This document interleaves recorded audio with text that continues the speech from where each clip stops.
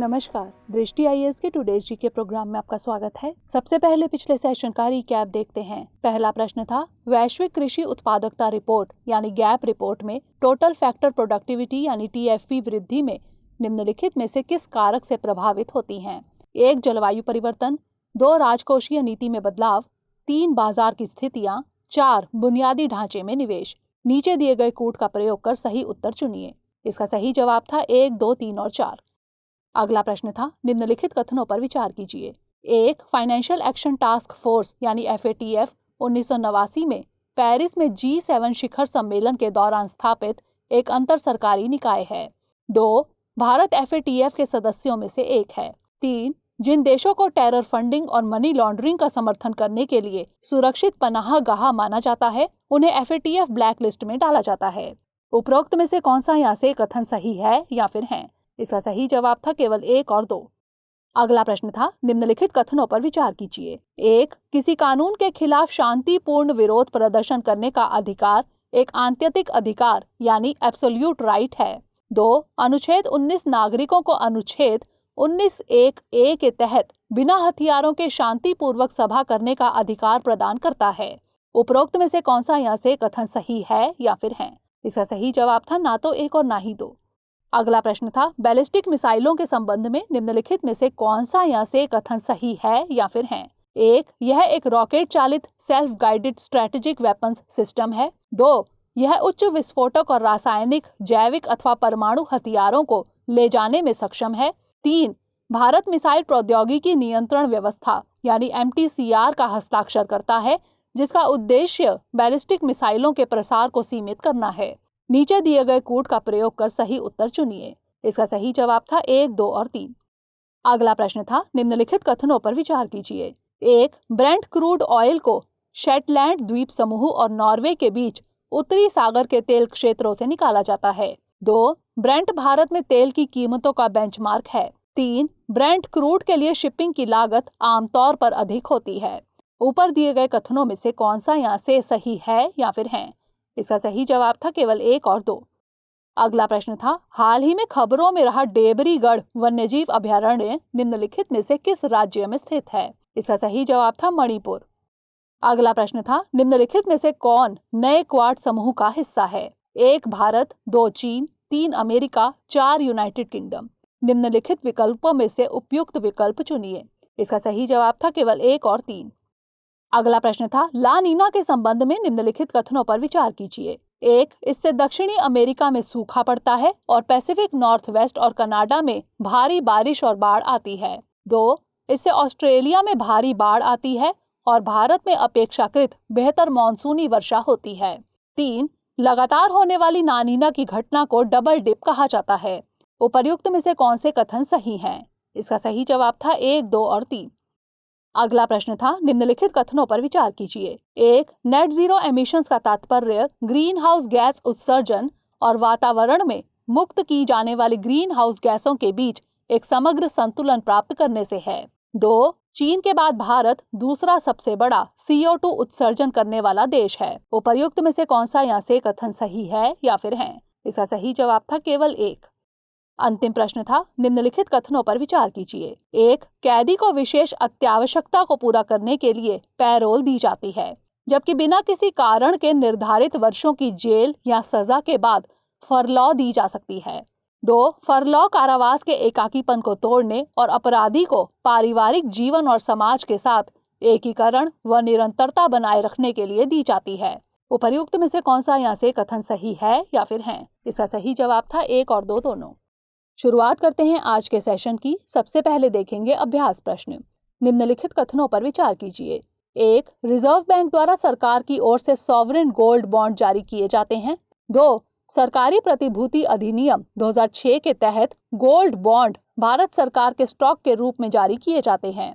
3. Sovereign gold bond की अवधि 10 साल होती है, जिसके बाद ही निकासी का विकल्प उपलब्ध होता है। उपर्युक्त में से कौन से कथन सही हैं?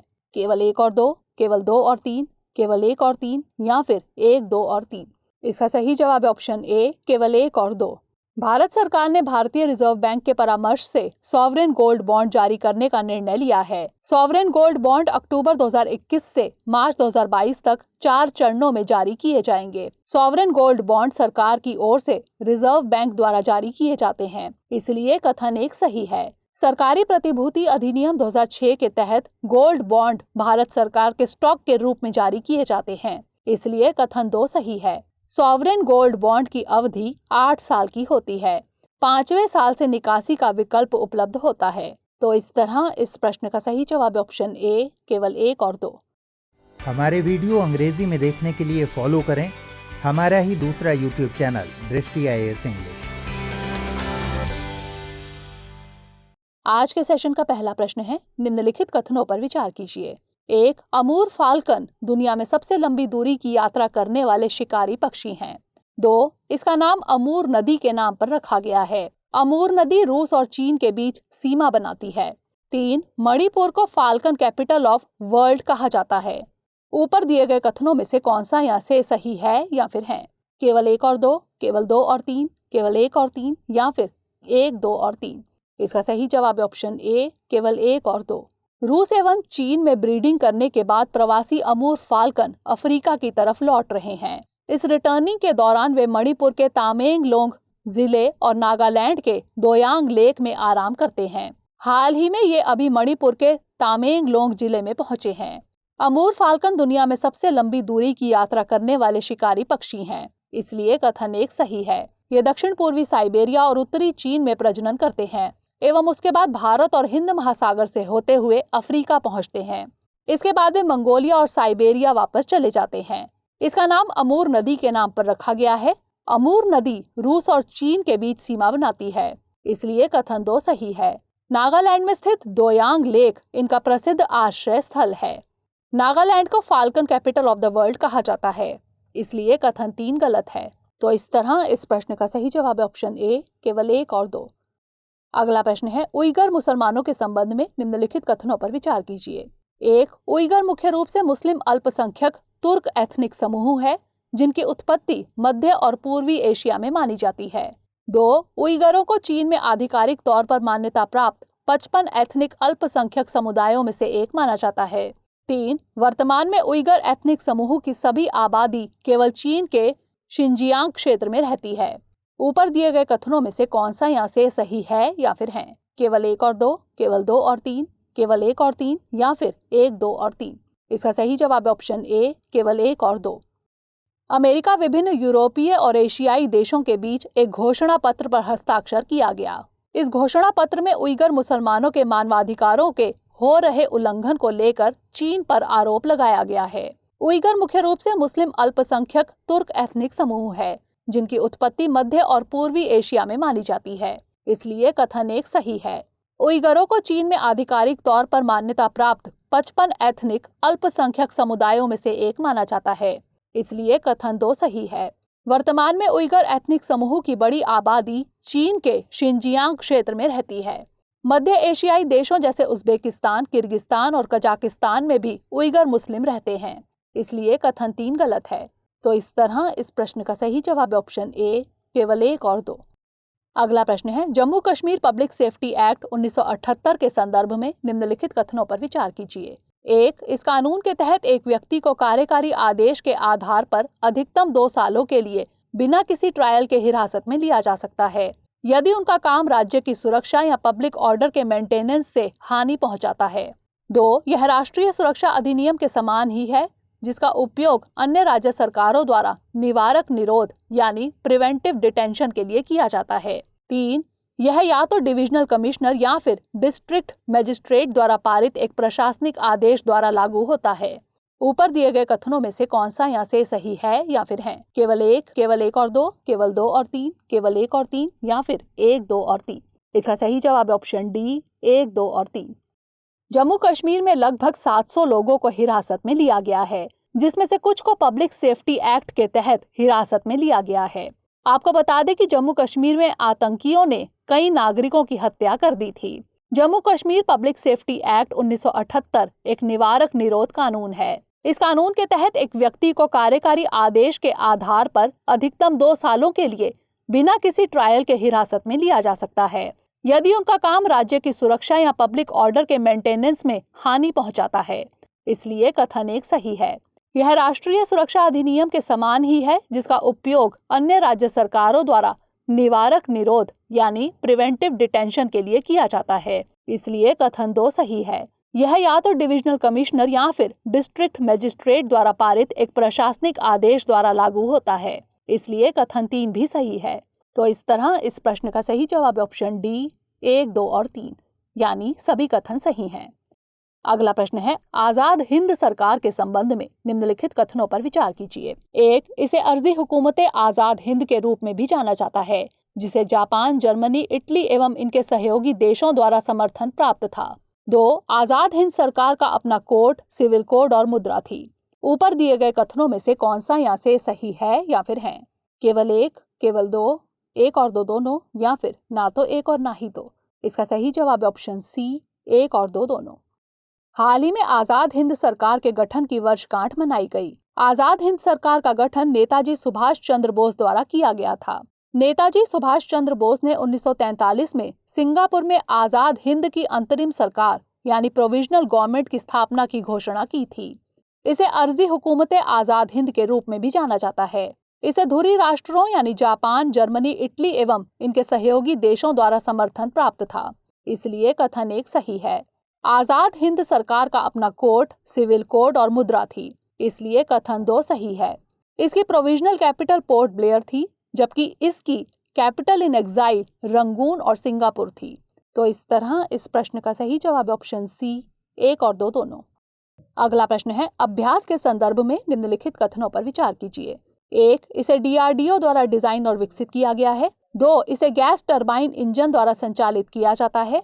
3. इसे पूरी तरह से ऑटोनॉमस फ्लाइट के लिए डिजाइन किया गया है। ऊपर दिए गए कथनों में से कौन सा यहाँ से सही है या फिर है? केवल 1 और 2, केवल 2 और 3, केवल 1 और 3, या फिर 1, 2 और 3। इसका सही जवाब ऑप्शन डी 1, 2 और 3 यानी सभी कथन सही हैं। हाल ही में DRDO ने ओडिशा के चांदीपुर इंटीग्रेटेड टेस्ट रेंज से high speed expendable aerial target अभ्यास का सफल परीक्षण किया। विभिन्न मिसाइल सिस्टम के इवैल्यूएशन के लिए इसका उपयोग एरियल टारगेट के रूप में किया जा सकता है। इसे DRDO के एरोनॉटिकल डेवलपमेंट एस्टैब्लिशमेंट यानी ADE ने डिजाइन और विकसित किया है। इसलिए कथन 1 सही है। इसे गैस टरबाइन इंजन द्वारा संचालित किया जाता है। इसलिए कथन 2 सही है। इसे पूरी तरह से ऑटोनॉमस फ्लाइट के लिए डिजाइन किया गया है। इसलिए कथन 3 भी सही है। तो इस तरह इस प्रश्न का सही जवाब ऑप्शन डी 1, 2 और 3। अगला प्रश्न है, अब्राहम समझौते के संबंध में निम्नलिखित कथनों पर विचार कीजिए। 1. इजराइल, संयुक्त अरब अमीरात और बहरीन के बीच अब्राहम समझौता किया गया था, जिसकी मध्यस्थता संयुक्त राज्य अमेरिका ने की थी। 2. यह दूसरा अरब इजराइल शांति समझौता है। ऊपर दिए गए कथनों में से कौन सा यहाँ से सही है या फिर है? केवल 1, केवल 2, 1 और 2 दोनों, या फिर ना तो 1 और ना ही 2। इसका सही जवाब ऑप्शन ए केवल 1। हाल ही में भारत, अमेरिका, इजराइल और संयुक्त अरब अमीरात के विदेश मंत्रियों ने बैठक की। अब्राहम समझौते के माध्यम से इजराइल और संयुक्त अरब अमीरात के बीच औपचारिक राजनयिक संबंधों की बहाली के बाद यह नया समूह संभव हो पाया। अब्राहम समझौता इजराइल, संयुक्त अरब अमीरात एवं बहरीन के बीच किया गया था, जिसकी मध्यस्थता संयुक्त राज्य अमेरिका ने की थी। अतः कथन 1 सही है। यह तीसरा अरब इजराइल शांति समझौता है। इसलिए कथन 2 गलत है। इससे पहले मिस्र एवं जॉर्डन ने इजराइल के साथ शांति समझौता किया था। मिस्र 1979 में इजराइल के साथ शांति समझौते पर हस्ताक्षर करने वाला पहला अरब देश था। जॉर्डन और इजराइल ने 1994 में एक शांति समझौते पर हस्ताक्षर किए थे। तो इस तरह इस प्रश्न का सही जवाब ऑप्शन ए केवल 1। अगला प्रश्न है, ग्लोबल थ्रेट असेसमेंट रिपोर्ट निम्नलिखित में से किसके द्वारा जारी की जाती है? संयुक्त राष्ट्र पर्यावरण कार्यक्रम, We protect global Alliance, Economist Intelligence Unit, या फिर एमनेस्टी इंटरनेशनल। इसका सही जवाब option B we protect global Alliance. हाल ही में ग्लोबल थ्रेट असेसमेंट रिपोर्ट 2021 नामक रिपोर्ट जारी की गई। इस रिपोर्ट को वी प्रोटेक्ट ग्लोबल अलायंस द्वारा जारी किया गया है। इस रिपोर्ट के मुताबिक कोविड-19 के दौरान बाल यौन शोषण और ऑनलाइन अब्यूज में महत्वपूर्ण बढ़ोतरी देखी गई है। इसलिए विकल्प ए सही है। रिपोर्ट बाल यौन शोषण और ऑनलाइन अब्यूज के दायरे को रेखांकित करती है और इस मुद्दे पर वैश्विक प्रतिक्रिया की समीक्षा भी करती है। वी प्रोटेक्ट ग्लोबल अलायंस 200 से अधिक सरकारों, निजी क्षेत्र की कंपनियों और सिविल सोसाइटीज संगठनों का एक वैश्विक आंदोलन है। यह बाल यौन शोषण और ऑनलाइन अब्यूज के प्रति वैश्विक प्रतिक्रिया को बदलने के लिए काम करता है। तो इस तरह इस प्रश्न का सही जवाब option B, we protect global alliance. अगला प्रश्न है, जीन एडिटिंग टेक्निक के संबंध में निम्नलिखित कथनों पर विचार कीजिए। 1. इस तकनीक की सहायता से वैज्ञानिक एक जीव के डीऑक्सी राइबोन्यूक्लिक एसिड को बदल सकते हैं। 2. इस तकनीक से वैज्ञानिक जीनोम में विशेष स्थानों पर जेनेटिक मटेरियल को जोड़ सकते हैं, उसे हटा सकते हैं अथवा उसे बदल सकते हैं। ऊपर दिए गए कथनों में से कौन सा यहाँ से सही है या फिर है? केवल एक, केवल दो, एक और दो दोनों, या फिर ना तो एक और ना ही दो। इसका सही जवाब ऑप्शन सी, एक और दो दोनों। जेनेटिक इंजीनियरिंग अप्रेजल कमेटी के पास एक नई जीन एडिटिंग टेक्निक पर विचार करने का प्रस्ताव लगभग 2 सालों से लंबित है। जीनोम एडिटिंग या जीन एडिटिंग की सहायता से वैज्ञानिक एक जीव के डीऑक्सी राइबोन्यूक्लिक एसिड को बदल सकते हैं, इसलिए कथन एक सही है। इस तकनीक से वैज्ञानिक जीनोम में विशेष स्थानों पर जेनेटिक मटेरियल को जोड़ सकते हैं, उसे हटा सकते हैं अथवा उसे बदल सकते हैं, इसलिए कथन 2 सही है। तो इस तरह इस प्रश्न का सही जवाब ऑप्शन सी, एक और दो दोनों। अगला प्रश्न है, खबरों में रहा नामदफा टाइगर रिजर्व निम्नलिखित में से किस राज्य में स्थित है? असम, अरुणाचल प्रदेश, मणिपुर या फिर मेघालय? इसका सही जवाब ऑप्शन बी, अरुणाचल प्रदेश। हाल ही में 2 संगठनों के वैज्ञानिकों ने अध्ययन किया कि अरुणाचल प्रदेश में स्थित नामदफा टाइगर रिजर्व में फ्रूट प्लांट्स और हॉर्नबिल ने एक दूसरे को कैसे प्रभावित किया। इसे 1983 में राष्ट्रीय उद्यान घोषित किया गया था। इसी साल इसे टाइगर रिजर्व भी घोषित किया गया है। नामदफा दक्षिण एवं दक्षिण पूर्व में पटकाई पहाड़ियों और उत्तर में हिमालय से घिरा हुआ है। नामदफा दरअसल एक नदी का नाम है। यह नामदफा राष्ट्रीय उद्यान के बीच से होते हुए उत्तर दक्षिण दिशा में बहती है। यह नदी आगे चलकर नोआ देहिंग नदी से मिलती है। नोआ देहिंग नदी ब्रह्मपुत्र की एक सहायक नदी है। तो इस तरह इस प्रश्न का सही जवाब ऑप्शन बी, अरुणाचल प्रदेश। अंतिम प्रश्न है, भारत नेट परियोजना के संबंध में निम्नलिखित कथनों पर विचार कीजिए। 1. भारत ब्रॉडबैंड नेटवर्क लिमिटेड इसकी कार्यान्वयन एजेंसी है। 2. इसका मकसद ग्रामीण भारत में ई गवर्नेंस, ई स्वास्थ्य, ई शिक्षा, ई बैंकिंग, इंटरनेट और अन्य सेवाओं की डिलीवरी को सुगम बनाना है। 3. इसकी funding universal service obligation fund द्वारा की जाती है। ऊपर दिए गए कथनों में से कौन सा यहाँ से सही है या फिर है? केवल 1 और 2, केवल 2 और 3, केवल 1 और 3, या फिर 1, 2 और 3? इसका सही जवाब ऑप्शन डी, 1, 2 और 3, यानी सभी कथन सही हैं। दूरसंचार विभाग जल्द ही भारत नेट परियोजना के लिए PPP कार्यान्वयन के लिए एक संशोधित टेंडर जारी कर सकती है। 2011 में राष्ट्रीय ऑप्टिकल फाइबर नेटवर्क लॉन्च किया गया था। 2015 में इसका नाम बदलकर भारत नेट कर दिया गया था। यह भारत सरकार का एक फ्लैगशिप मिशन है जिसका कार्यान्वयन भारत ब्रॉडबैंड नेटवर्क लिमिटेड द्वारा किया जाता है, इसलिए कथन 1 सही है। इसका मकसद ग्रामीण भारत में ई गवर्नेंस, ई स्वास्थ्य, ई शिक्षा, ई बैंकिंग, इंटरनेट और अन्य सेवाओं की डिलीवरी को सुगम बनाना है, इसलिए कथन 2 सही है। इसकी funding universal service obligation fund द्वारा की जाती है, इसलिए कथन 3 सही है। इस फंड की स्थापना देश के ग्रामीण और दूर दराज के क्षेत्रों में दूर संचार सेवाओं में सुधार के लिए किया गया था। तो इस तरह इस प्रश्न का सही जवाब ऑप्शन डी, 1, 2 और 3। अब नोट कर लेते हैं आज का अभ्यास प्रश्न। G7 के संदर्भ में निम्नलिखित कथनों पर विचार कीजिए। 1. यह एक अंतर सरकारी संगठन है जिसका मुख्यालय जिनेवा में है। 2. ग्लोबल इकोनॉमिक गवर्नेंस अंतर्राष्ट्रीय सुरक्षा और ऊर्जा नीति जैसे साझा हितों जैसे मुद्दों पर चर्चा करने के लिए इस समूह की सालाना बैठक होती है। 3. सभी G7 देश G20 का हिस्सा है। उपर्युक्त में से कौन सा यहाँ से कथन सत्य है या फिर है? केवल 1 और 2, केवल 2 और 3, केवल 1 और 3, या फिर 1, 2 और 3? इसका उत्तर हमें कमेंट सेक्शन में जरूर भेजिएगा। अगले सेशन में नए प्रश्नों के साथ मिलेंगे, तब तक के लिए धन्यवाद।